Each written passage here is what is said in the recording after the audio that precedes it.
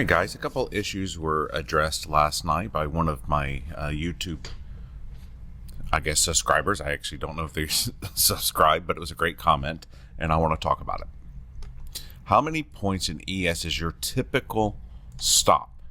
Well, to be honest, I don't like stop losses more than 6 points, okay?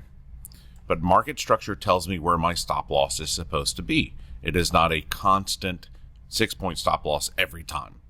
I do find, though, when price moves more than 10 points, you're just wrong, okay? But I like to have a stop less than 6 points. And if the stop is more than 6 points, it needs to be with the trend, okay?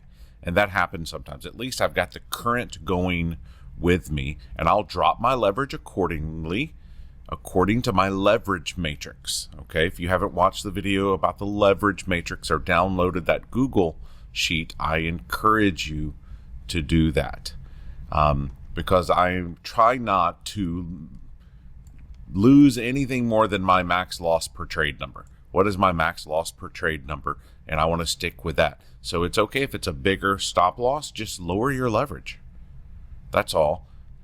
So 6 points is my typical where I like to be. I like to have a line, which is a bounce level. I want a backup bounce level, and I want all of that to be within 6 points. That's what I'm looking at. Okay. Next thing that he asked about is, did you do all 3 trades live on Zoom? He's talking about yesterday. I had a 10-pointer up. I had a long 2 points. And then I did a short for 10 points.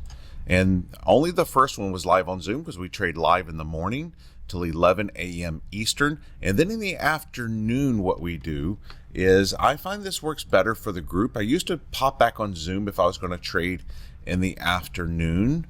But what I've discovered is I believe it's more beneficial, in all honesty. Here, let's go back up to yesterday.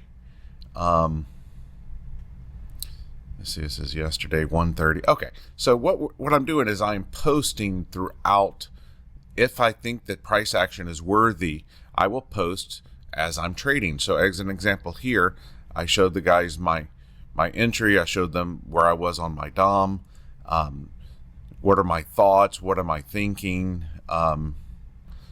So yeah. Well, that's what we do, is we post in the afternoon. That way, someone who can't be live on Zoom, and I do have members that are full members that can't ever be live on Zoom, this is a way for them to review at least some of the thinking, some of the logic.